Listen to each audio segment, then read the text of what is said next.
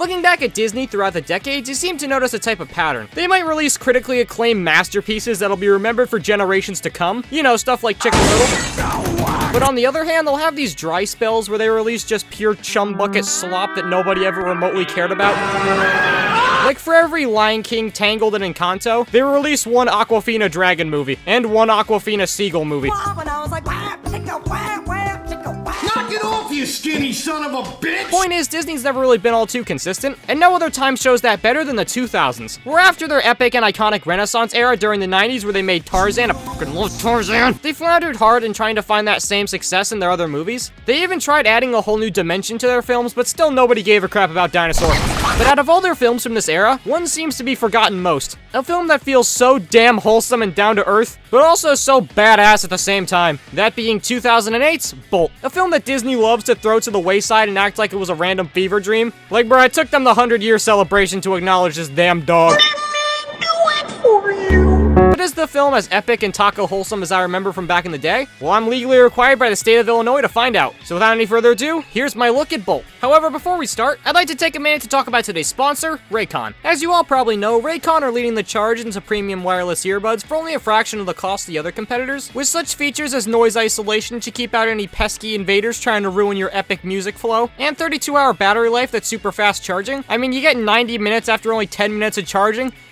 These things gotta be magic or something. Plus, they come in a variety of different colors and styles. And on top of that, they even have silicone cases that you can put on. Mine looks like cheese until you open it up. Now it's the thing. It's fantastic. I've been using mine for about a week now, and I have no notes. I love messing around with all the different modes, and I'm just gonna say it, you put on the bass mode, and then you listen to When Can I See You Again from Wreck-It Ralph, you're golden. These things are just such good quality, and if you prefer headphones, well, they made those too. And I mean, the earbuds come with all different sizes of little rubber grip thingies, I don't know what you call these, so it'll perfectly fit your cranium. I didn't clean my room before this, which I probably should have done, but you can clean your room when they stay in. Look at that, that's so cool. I mean, hey, get the whole family Raycons. They'll enjoy them, don't you, buddy? But what are you waiting for? Go to buyraycon.com/bulba to get 20% off the best-selling everyday earbuds. Brought to you by Raycon. That's buyraycon.com/bulba to get 20% off these epic bad boys. Thanks again to Raycon for sponsoring. Let's get back into Dogland. So we, of course, start out with the iconic Disney castle where they keep Walt's frozen head, as well as my iconic public domain character I created myself and they stole. As we transition to Silver Lake Animal Rescue, where Mr. Lovely Coffee Man swings into action and flips up that open sign. And then we see this cute little kitty cat in his cage, and as it finds Mr. Carrot Man hopeless and alone, it begins an assault. And as the other puppies screw off to somewhere, he sees a young girl who clearly has Spider-Man powers or some shit, because she's standing on the goddamn ceiling somehow. And as she picks out the only white one from the rest of the litter, she gives it a collar, officially naming him Bolt. But then Thanos snaps his fingers and kills everyone, because 5 years later, we got Zack Snyder lighting. As Penny's calling her father, who looks exactly like the image of the soy boy, and as he tells her over the phone that he's not gonna be home for a while, she's gonna need protection from all the forces of darkness and evil, aka Disney, Star Wars, and Zack Snyder fans. But he's genetically modified Bolt into a super dog, giving us our title card. Black suit Superman, all I need's my dog with the lightning bolt on.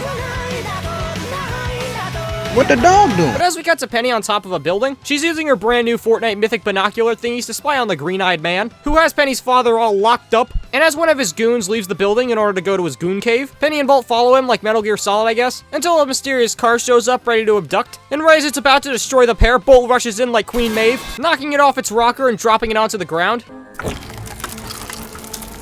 What? Bolivia! Bolivia! And as our friend drops the beans on where Calico Green-Eyed Catman is hiding, 3 choppers are now in pursuit just like Iron Man 3.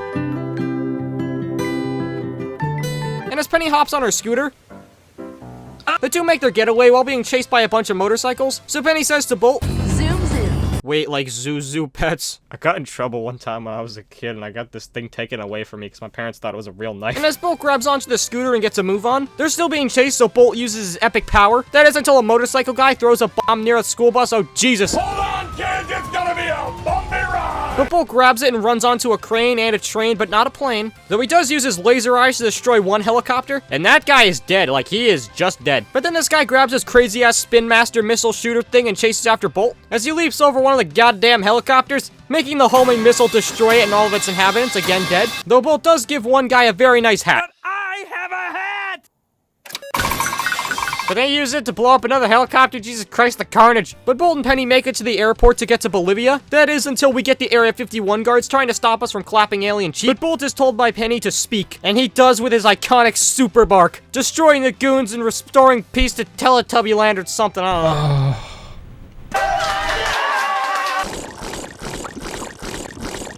And afterwards, Penny just kind of grabs Bolt and walks off, heading to her trailer marked with Bolt's iconic logo. Wait a minute, I've seen that before. Hey everyone, in this video I'm going to do a quick DVD unboxing of Disney Bolt. But a bell rings and reveal it was fake. What? Entire life is a lie now. That's it, I'm gonna see you all on the other side. As we cut to the editing bay where we catch a grave mistake. Boom Mike. We got a boom mic. It's a boom mic. Why are you booing Mike? What the hell did he do? It's me, Michael. And everyone's saddened that Bolt might have seen the iconic boom mic when the epic character Mindy Parker from the network asks who give a crap. And I'm not joking, her name is Mindy Parker, and she's voiced by May Parker, Friendly Neighborhood Spider-Man. She was also Baby Scrat in Ice Age Tales. This appeals to me and only me. I'm mangling a McFarlane DC box right now because I'm bored. Guys, look, I made a snowflake. Bro, young President Hathaway in Monsters vs. Aliens, this series absolutely massive. To which our iconic director character says that Mindy is missing the big picture, and he says that if that dog believes with every fiber in his being that everything he experiences in this show is real, that means that the audience believes everything is real. But she tells them that, I don't really care, because we focus tested to 18 to 35-year-olds and they're very unhappy. Unhappy that the show is predictable and that it always has a happy ending, where Penny's saved and they all live happily ever after, and that if they lose more than half a rating point, everyone in the show is gonna get got. And as we come back to the trailer, Penny, who's voiced by Miley Cyrus, by the way, that was the whole marketing for this movie. Hey guys, Miley Cyrus is a dog now. She tries telling Bolt that everything's cool and he can chill, but Bolt's locked into the door and is convinced that something else is gonna come and hurt Penny. And after several failed attempts, she's forced to bring out Mr. Carrot from earlier. Come on, that carrot has trauma, dude. Here we go with the main great ninja team. All the same blue teams doing ninja day. And as her iconic 2008 pink flip phone starts buzzing, it's Bob Iger on the phone telling her to go and record the Hannah Montana Disney Plus reboot special. So she tells Bolt she's got a dip. There she is, my little superstar. Then her agent, who reminds me of Neil Patrick Harris, she's not voiced by him or anything, he just looks like him in my brain. He tells her they gotta go do a photo shoot for Teen Vogue. Well, she's asking him if she can take Bolt home, and he's like, no, you can't. A dumb shit. And he then says his iconic line. Let's do this. Let's put a pin in it. And as everybody leaves, we see two cats pull up to Bolt's van. As one of the cats knows that Bolt thinks everything is real, so he just starts messing with him and going along with the whole bit, and it's absolute gold. And as the two of them are laughing their asses off, Bolt, who's voiced by John Travolta, I'm not gonna pretend like I'm acquainted with his work. I've seen him as Bolt and nothing else. Yeah. He gives them a message to send to the green-eyed man, but the cats don't really give a crap because it's just your long, generic, heroic spiel about nothing burgers, so they just kind of piss off. Also, I'm just now realizing it, but there is no litter box in here. Where does he shit? But he falls asleep in his little old trailer, I guess. As we cut to the next day, where Bolt's knee-deep in filming an epic scene. Right, Scooter. Frank the Great. I'm sorry, what did he just say? Right, Scooter. Right, Scooter. Scooter. What's wrong with Scooter? Everything is wrong with Scooter. My name's Scooter, fat boy. You wanna fight? Why is it trying to hit me? And as Bolt and Penny find the Calico supercomputer, she drops a penny, which wait, oh my god, I'm now realizing this while I'm writing this after 15 years. She drops a penny and her name is Penny, wait. And as it distracts one of the guards, Bolt rushes up and laser visions one of the guns, then cracks the other guy's neck just because he's a badass. And as they're about to access the supercomputer, the green-eyed man shows himself, as it's all been a trap, you loon. And he locks up Penny into that thing from Age of Ultron that Tony keeps Bruce in for 5 seconds, and flies away with Penny in tow. They're gonna turn Tails into a robot. That's horrible. Yo, don't you think that Titan was kinda overkill? And the scene ends as Bolt is grabbed by a large fat man in a suit, no, not Santa Claus. And as the director is gloating to Mindy from the network, Penny tries to go and tell Bolt that she's okay, but is stopped by everybody, as her agent tells her that Bolt needs to think that she's in grave moral danger until the next day. What's that behind your ear? Is that it's a pin. Let's do this. Fortnite Battle Pass. And as the big boy puts Bolt back in his trailer, the cats are about to go and tease him again, but also not because Mario jumps off the big boy's noggin, escaping and running out to find Penny. And as he hears her screaming, he runs over, but it was just one of my many editors that I pay 3 pennies a day. Then as he's about to escape the building, he falls into a shipping box full of unsold Whoppers, as he gets locked up and shipped to Korea. But cut to 2 to 3 business days later, and he arrives safe and sound, as he gets unearthed just like Transitron. Bumblebee, stop And as he hops out of the building, he winds up in New York City, which looks just as dull and gray as ever. Like, it's funny, I actually had to turn up the saturation in this movie. I'm not joking, it's way darker than I remember. And as he finds a man who he thinks is Calico, he tries breaking his neck, but to no avail, just like every other random person on the street does in New York City. And when Bolt's about to jump over this big unmanned hole in the ground, he plummets to his death. And he sees a porta potty with a familiar logo, and assumes it's gotta be Penny in there after 5 Taco Bell chalupas. So he just runs out in front of the truck carrying it, forcing it to swerve out of the way. But to his horror, Penny's a no-show. So he runs on over to these random dogs, and one of them starts sniffing his keister, expecting it in reciprocation. But he runs away and knocks into these newspapers, temporarily blinding him as he sticks his head into these bars. And he realizes that he's completely stuck, until this little pigeon man shows up, and just tells him to turn and pull, you'll be out in no time. Turn and pull. Forget about it. Say that again? Forget about it. Let me tell you something, Bob. And as he releases himself from the bars of evil, he comes to the conclusion it must have been the styrofoam packing peanuts in the box that dampened his powers. But all the birds can think about is that the main one knows he's seen Bolt before, he just can't put his beak on it. And even when Bolt pleads for him to tell him everything he knows about Penny, all I can think about is the damn dog. And we get this really funny bit that's very good, you see. So Bolt says that the pigeons are useless, okay, rude, but he says he needs to find a cat and make it pay for working with the green-eyed man. So the pigeons get a bright idea. Cut to Mittens, the iconic alleyway cat, as a bunch of birds show up one by one to give peace offerings to the ding-dong cat. Let's find some mustard next time, okay, babe? Yes, Mittens. Thank you, Mittens. Yo, why is Jake the dog in my movie? No! Now go sit in the corner and think about your life. And then Louie decides to stiff Mittens, to which she tells him that if he ever pulls a stunt like that again, her stomach's gonna tell her claws to have at it. And next week, all of Louie's food goes to her, to Louie's despair. One day, someone's gonna stand up to you. Yeah, I'm really scared now. And when Bolt demands to know where Penny is, she's just confused more than anything. But meanwhile, the peanut gallery's up there, and it's just beautiful, it really is. And she tells them to tell Bolt that they've got the wrong cat, to which they happily comply. You got her, pal. That's her. She's the one. And as Bolt's about to turn Mittens into a damn hairball on the side of the freeway... Hey, Joey, did we go too far on this? Okay, go. Milkshake brings all the boys to the yard. She tries to go on with whatever Bolt's blabbering about, and eventually finds success after realizing he's from Hollywood. I know. It's disgusting. I disgust myself. Just me and a little boy. Saying that if he puts her down, she'll show him where Penny is or something. And we cut to what appears to be a Waffle House so Bolt and Mittens can get their asses beat. Excuse me, my distinguished co-worker, can you please clean the waffle machine? Thank you, I appreciate your dedication to our local Waffle House. And while she's dumpster diving in the GameStop dumpster, she finds a whole map of the United States and tells them that they gotta get over to Hollywood where the Epic Waffle has the epic sunglasses. And when Mittens asks to be untied from Bolt, he says that he'll untie her when they find Penny. So he hops over to a U-Haul truck and it's just a U-Haul truck. And while Bolt's staring at the padlock, Mittens threatens to use her epic claws, and Bolt tells her that if he stares at the padlock long enough, his laser vision will melt it to pieces. Now I'm concerned on a number of levels. And when Bolt hears invaders, he rushes the hell out of there. As Sid from Toy Story 3 and the big large Scottish man from Brave are moving a couch, as Bolt and Mittens hide within, as they're now officially on the road. Hitting the highway, cars on the... We'll cut back to Hollywood, and Penny's looking at Bolt pics on Twitter and crying with her mom, who's voiced by the same lady who voices Adult Panini from the Chowder finale, also RC from Bumblebee Let's Go! You take the moon, and you take the sun. That is until her agent comes in and tells her that they've got good news, that she's been booked for The Tonight Show as lead guest. You know, after that Mr. Frog incident, they're gonna need all the good PR they can get. But she doesn't really care because Bolt's still missing and wah. He couldn't have gone far. And while they're in the U-Haul truck, Mittens asks Bolt what kind of powers he has, but as he starts blabbering, she sees her ticket home, but she's unable to enact her revenge due to gravity, and her fumble knocks a box of packing peanuts onto Bolt. Why did they just have a box full of packing peanuts and nothing else, okay? But Bolt's freaking the hell out, so he opens the door prematurely, and jumps out of the pearly gates and gets the hell out of there. And after they ragdoll on the side of the interstate, Bolt sees the styrofoam and blurts out that it weakens him, so Mittens takes this as an opportunity to threaten him, using the packing peanut, telling him it's gonna kill him or something. That's a weird place to put a piano.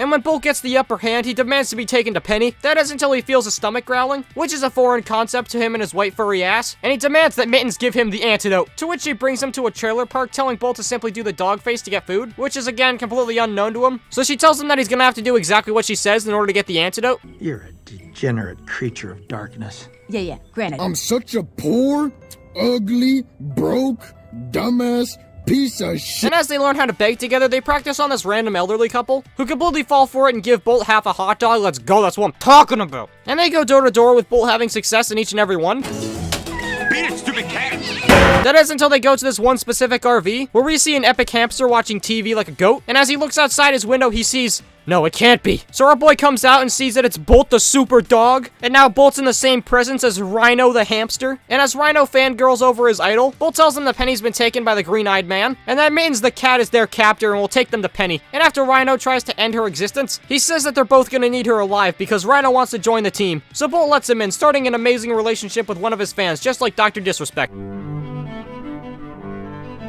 But they need to find a new mode of transportation. So as they're on top of a bridge about to jump, Mittens is rightfully concerned about the trajectory of all this, but Rhino assures her that they'll be fine because he did it 1,000 times on the magical box. But then Mittens realizes and has a 1,000-yard stare moment. He's not just a lunatic. He's an actor. But it's too late and they've already jumped and are hanging off of this banner, just narrowly missing the train as they land on top of it. And when Mittens is stuck on the edge, she tells Bolt to just leave her the hell alone. But it's kind of hard because the ladder breaks and now they're both hanging on for dear life. And as Mittens gets to safety, Bolt's stuck on one of the ladder rungs. And as one of the screws becomes loose, Rhino's messing up everything because he thinks that Mittens is trying to kill him. But at the last second, he unlooses himself and they go flying off the train. And as they land in some random town, Mittens is on top of a tree and refuses to go down. I'll never come down. Ian, get the fuck out of here! And she tries to explain to Bolt that everything in his life is a complete lie. But Bolt doesn't listen and tries to super bark her right out the tree with rousing results. But he keeps barking over and over again, alerting the feds. And as Mittens tries to get him to stop, it's too late, as Bolt gets thrown into Guantanamo Bay. And meanwhile, back in Hollywood, they're printing out flyers to save Bolt or something, and the agent Neil Patrick Harris man comes in with a surprise that they've managed to find Bolt.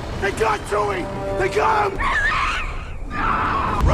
Oh my god, shut up, a million times shut up, I'm going to kill you, shut up. Penny immediately realizes that ain't him, and after he fails to convince Penny Parker, Linda Belcher comes in and tells Penny that this is a dire situation, and if they don't get into production, people are gonna lose their jobs. But Penny's all like, nah, I want the dog back. I don't give a fuck. But Linda eventually gets through to her and she turns off the printer. Saddest turn off of a printer in existence, you feel me? That flag is mine! Don't mess with Texas! Shock and all, losers! Shock and all! And meanwhile, Bolt is assessing the current situation, assuming that the walls must be made of styrofoam, while Mittens is rambling to him from the other cell, saying he ain't got no superpowers, you're not sour note, and she tells him that they're going to the pound and that only cute dogs like him will get adopted, but a random little cat like her is never leaving.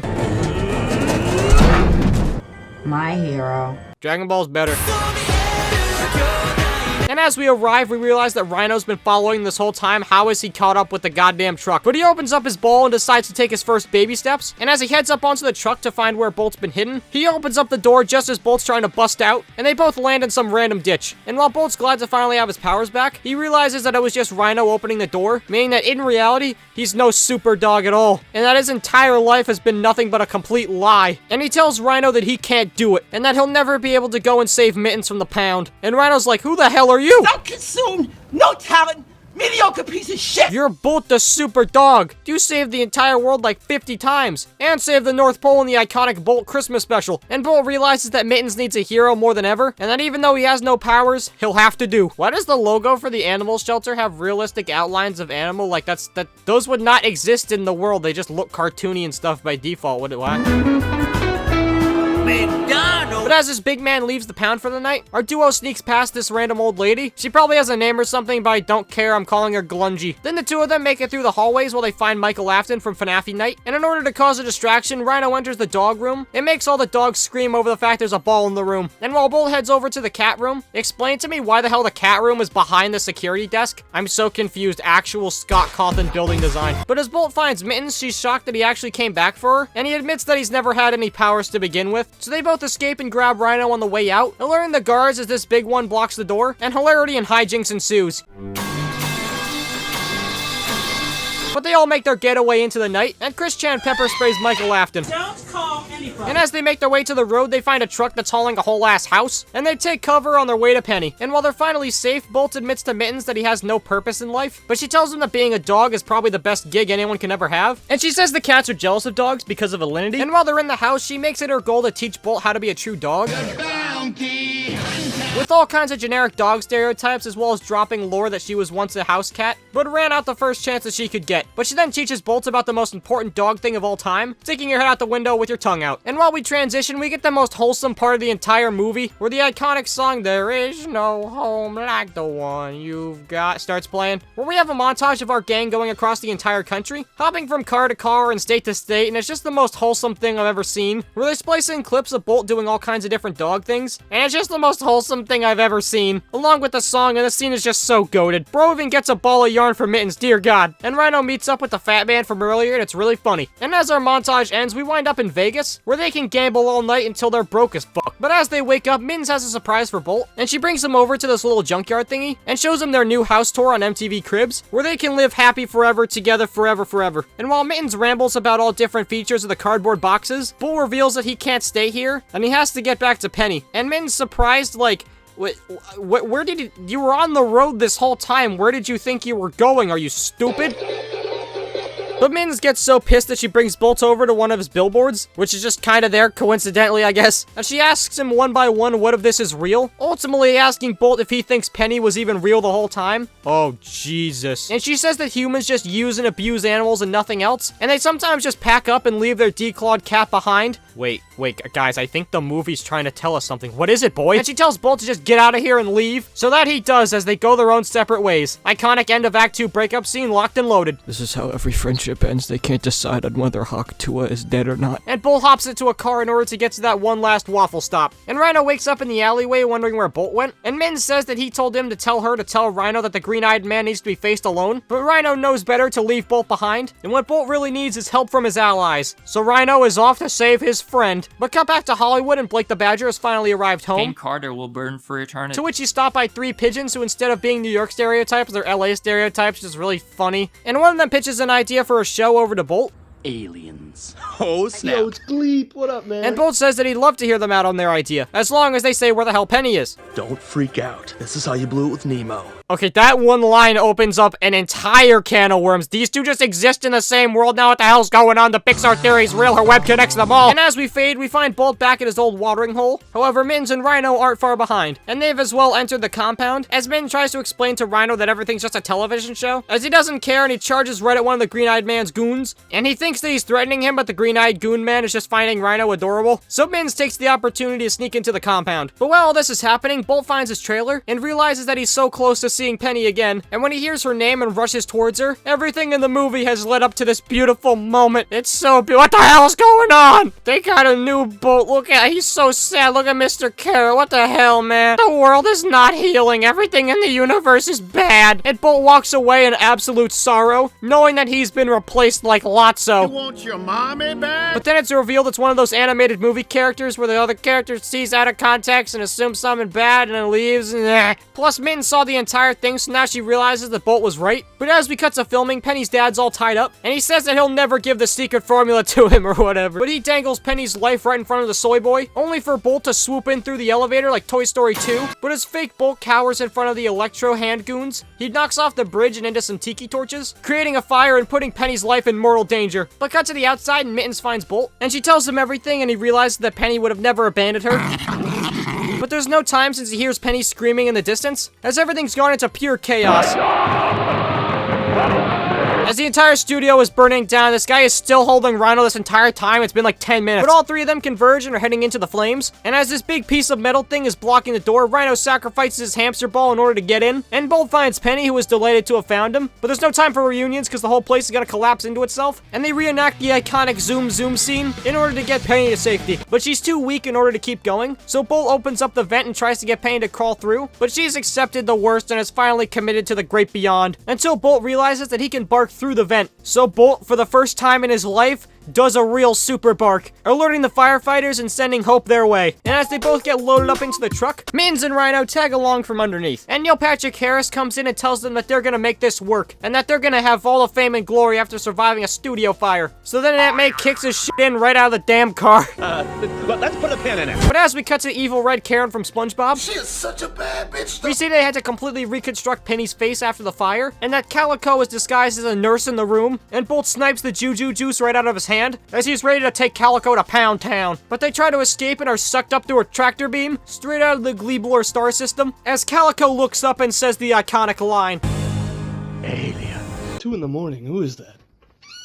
Yo, it's Glee. And Rhino turns off the TV because this shit piss and those pigeons are frauds. And as the other pets converge on the SML red couch,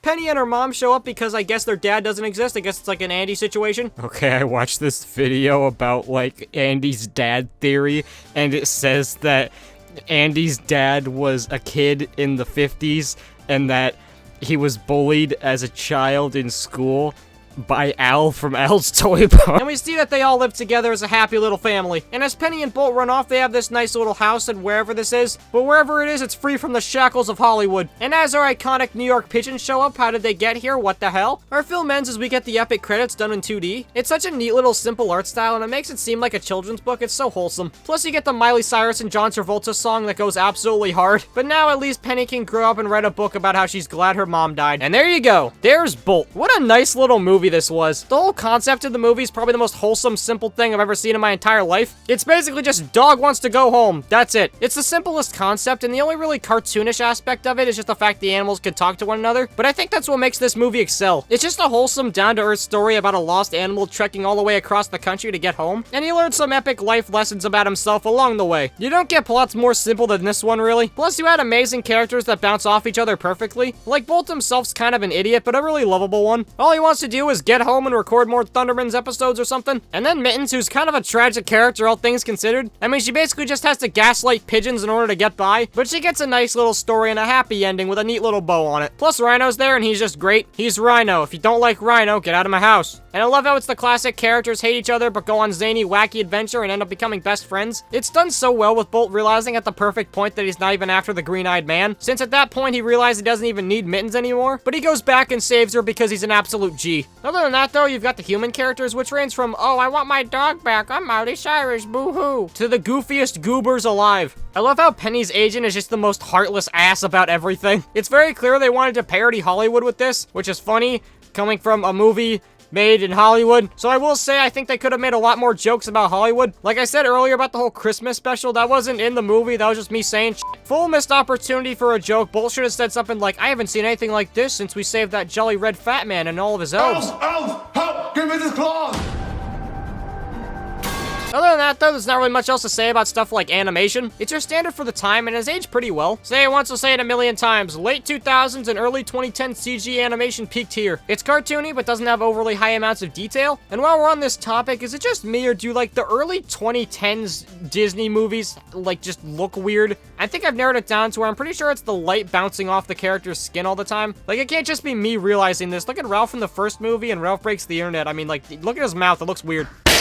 Now I think it's time for my iconic moment where I talk about all the weird promotional stuff from this movie. Like, for example, the mascot suits. And by that, I mean fursuits. They made Bolt fursuits. I mean, like, there's obviously not much they could have done with these, because I don't think Disney wanted just, like, to have a real dog tattooed with a lightning bolt roaming around Magic Kingdom. But at the Disney parks when this movie came out, you could have interacted with Bolt, Mittens, and Rhino, and like, it's really funny because they obviously needed to like fit a person in here. So like, the only way they could do that was like make them just like upright and tall. But like, Bolt is taller than me in real life, and I'm 5'5", you know, very respectable height, so this is bullcrap. And also because of this, Rhino just had to be the same size as the other guys, and it's something, ain't it? Takes you right out of the epic Bolt immersion. And it's so funny because they're all so baggy and have these really funny proportions. They're just fursuits. They just look like fursuits from Comic-Con, bruh. And because of that, they just look so damn terrifying. Bolt mainly, I mean, look at his face. Jesus. Mittens looks okay, I guess, and Rhino just really wants to take pictures with kids, I think. Bro, look at this picture of Mittens. This is a liminal Bolt photo. I also found this really funny YouTube video, and it's just like a 20-second clip of like this Bolt parade at Disney's California Adventure. Okay, but I'm gonna be real, this kind of kicks ass. I keep seeing it referred to as a pre-parade, so I'm assuming it's just kind of like a pre-show before an actual real parade, but it was all decked out in Bolt get up and it was blaring the Miley Cyrus song from the credits the whole time. But honestly had this really cool effect with these tubes on the side, where Rhino would pop out of each one and alternate, and it was honestly a really good effect. Such a neat little idea. Also, there's an Ohio sign. I also found out there was a Bolt float at the Macy's Thanksgiving Day Parade in 2008. Absolutely massive. I also found this old video of like a stage show at Disney World, and it's like a whole dog-themed show with Bolt,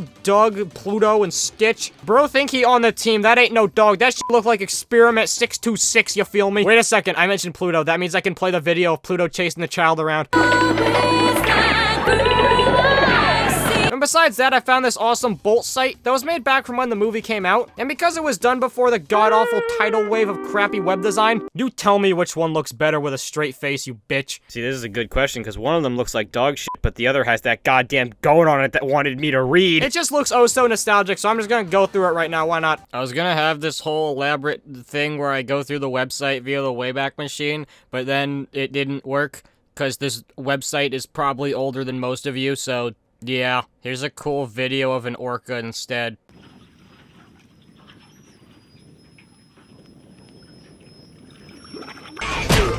The 4 most pivotal characters Disney's ever created: Lightning McQueen, Bolt, Spider-Man, and Doc Hudson. I found this random channel from 2010 that had an 8-part Bolt plush series, and it's something. Oh, this is so funny. It's my favorite show.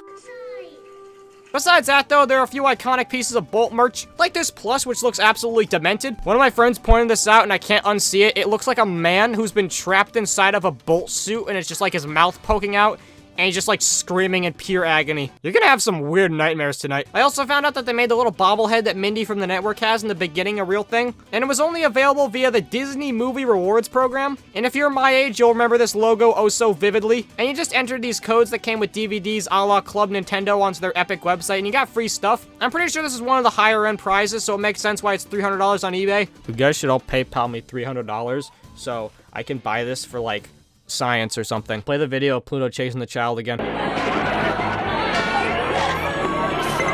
I think that's about it for a Bolt adventure. Thank you all very much for watching, and I hope you enjoyed. I wanted to say this here because my last video, I had to re-upload it like a day after it went live because of copyright stuff. So it's back up now and everything's fine, so yeah. Also, Scarlet Plush still available, link in the description, and I'm never gonna stop. But anyway, with that being said, subscribe right now or I'm gonna kick your ass with my Bolt Lorcana card.